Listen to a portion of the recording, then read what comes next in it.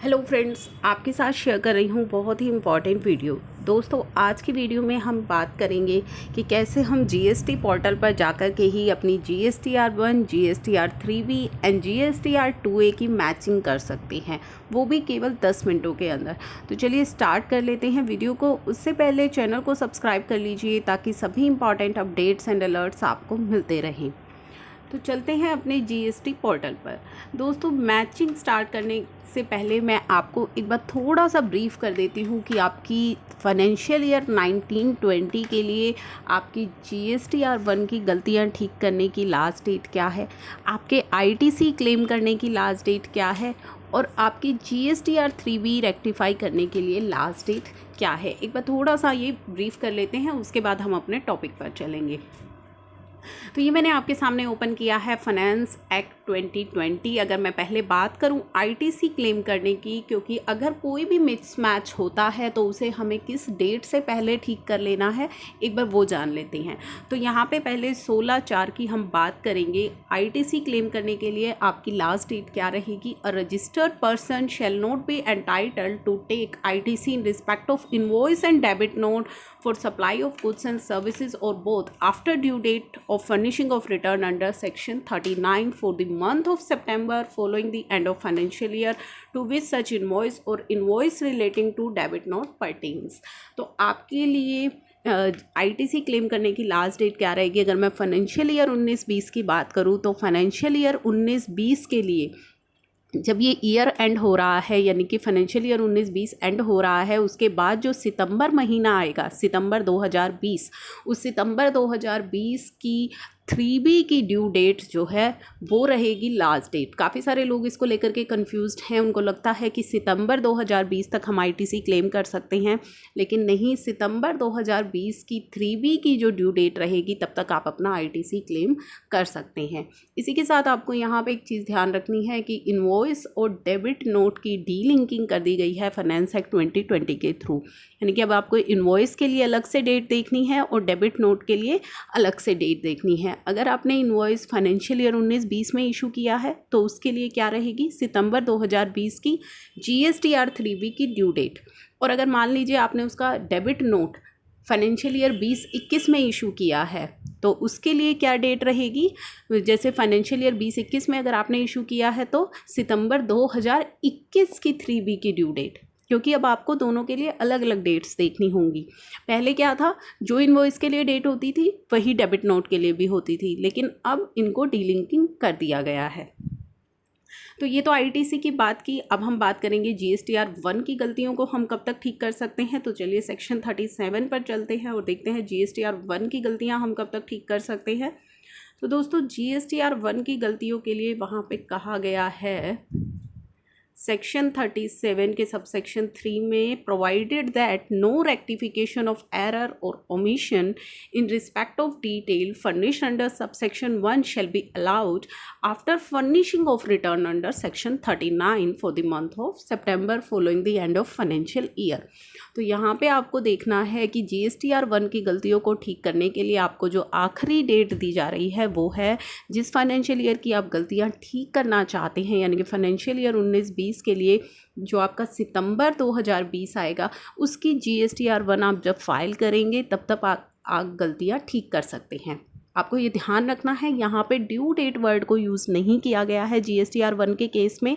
पहले जब ITC की हमने देखी थी तो वहाँ पे सितंबर महीने की GSTR3B की ड्यू डेट तक आप ITC क्लेम कर सकते हैं, ड्यू डेट वर्ड यूज़ किया गया था, लेकिन यहाँ पे ड्यू डेट वर्ड यूज़ नहीं किया गया है।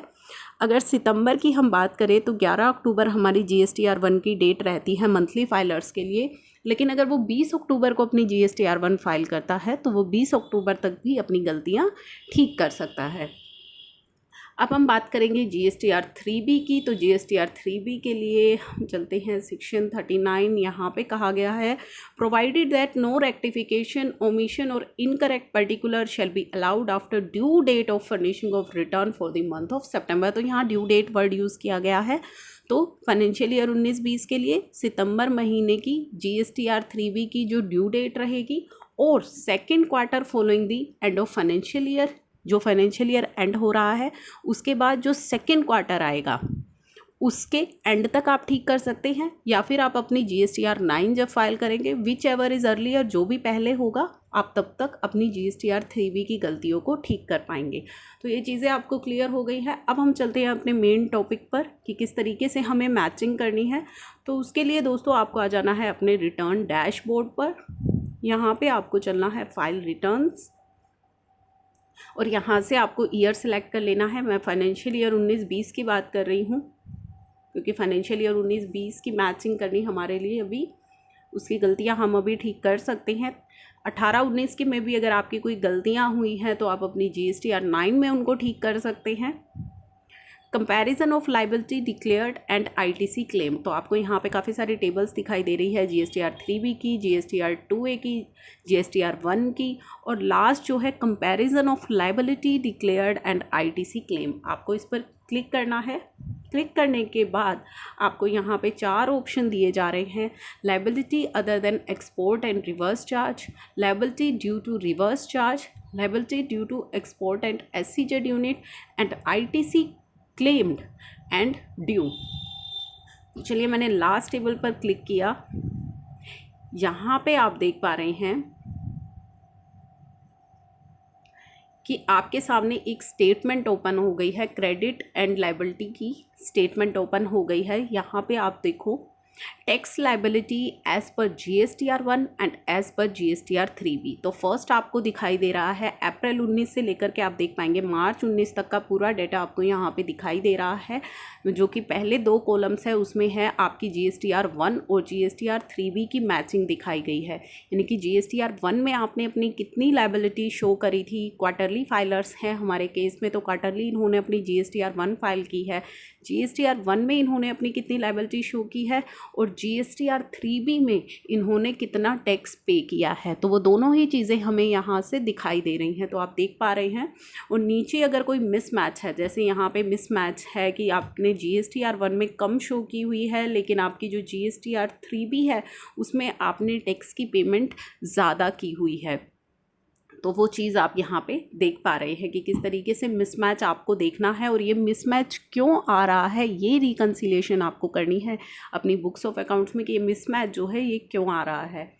तो इस तरीके से आपको पूरा ये कंपैरिजन टेबल यहाँ पे मिल गई है। उसी तरह से ITC आपने अपनी 3B के अंदर कितना क्लेम किया है और आपकी GSTR 2A में कितना शो हो रहा था उसका डाटा आपको यहाँ पे सेकेंड टेबल्स के अंदर मिलेगा। ITC claim in 3B and ITC as per GSTR 2A। तो यहाँ पे आप देख पा रहे हैं कि आपने जो ITC है इन्होंने वो कम क्लेम किया है लेकिन इनकी 2A में जो है वो ज़्यादा शो हो रहा है। तो इस तरीके से आप इजीली देख पाएंगे कि जो भी आपने पोर्टल पर अपनी रिटर्न फाइल करी हैं उनमें आपसे कहाँ पे कौन सी मिस्टेक्स हो गई हैं, इन चीज़ों को आपको चेक करना है।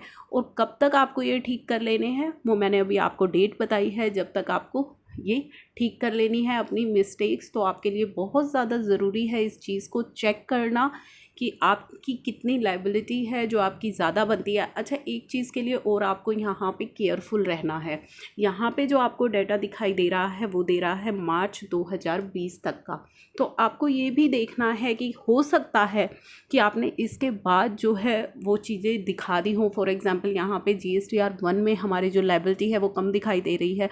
हो सकता है कि आपने बाद में जो नेक्स्ट क्वार्टर की जब आपने रिटर्न फाइल करी हो आपने वहाँ पे वो लायबिलिटी दिखा दी हो, क्योंकि ये हमारे पास जो यहाँ पे डाटा अवेलेबल है वो केवल और केवल मार्च 2020 तक का है। तो इस चीज़ को भी आपको एक बार रिकंसाइल करना है कि कहीं आपने ऐसा तो कुछ नहीं किया। सेकंड, जैसे कि यहाँ पे दिखाई दे रहा है कि जो ITC है वो आपने कम क्लेम किया है। ITC में भी यहाँ पे मिसमैच है। ITC आपने कम क्लेम किया है जबकि आपकी GSTR 2A यानी कि आपके सप्लायर ने आपका जो ITC है वो शो कर रखा है लेकिन फिर भी आपने क्लेम नहीं किया है। तो यहाँ भी आपको ये चेक करना है कि क्या पता आपने अप्रैल में या मई में इस ITC को क्लेम कर लिया हो। तो ये चीज़ें भी आपको जो है चेक करनी है यहाँ से। सेकंड, अगर हम बात करें तो आपको एक और यहाँ पे इम्पॉर्टेंट चीज़ है कि आपको ये चीज़ें चेक करनी है, क्योंकि अगर आप ये गलतियां ठीक नहीं करते हैं। सपोज़ कीजिए आप अगर ये जो मिसमैचिंग आपकी आ रही है सेल्स को लेकर के, आप ये ठीक नहीं करते हैं तो डिपार्टमेंट की तरफ से आपको नोटिस आना श्योर है। तो आपको ये चीज़ें जो है ठीक कर लेनी है। तो आई होप अब आपको समझ आ गया है कि किस तरीके से आपको मैचिंग करनी है। रिवर्स चार्ज के केस में मेरा कोई भी यहाँ पे फिगर नहीं है, क्योंकि हमारे केस में कोई रिवर्स चार्ज की सर्विस हमने नहीं ली है।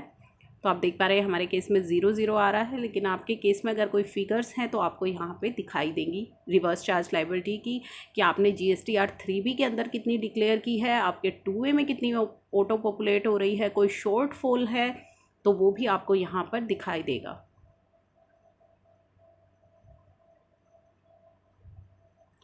तो फ्रेंड्स ये था मेरा एक इम्पॉर्टेंट सा आपके लिए इन्फॉर्मेशन। आई होप ये वीडियो आपके लिए है useful. Thank you for watching.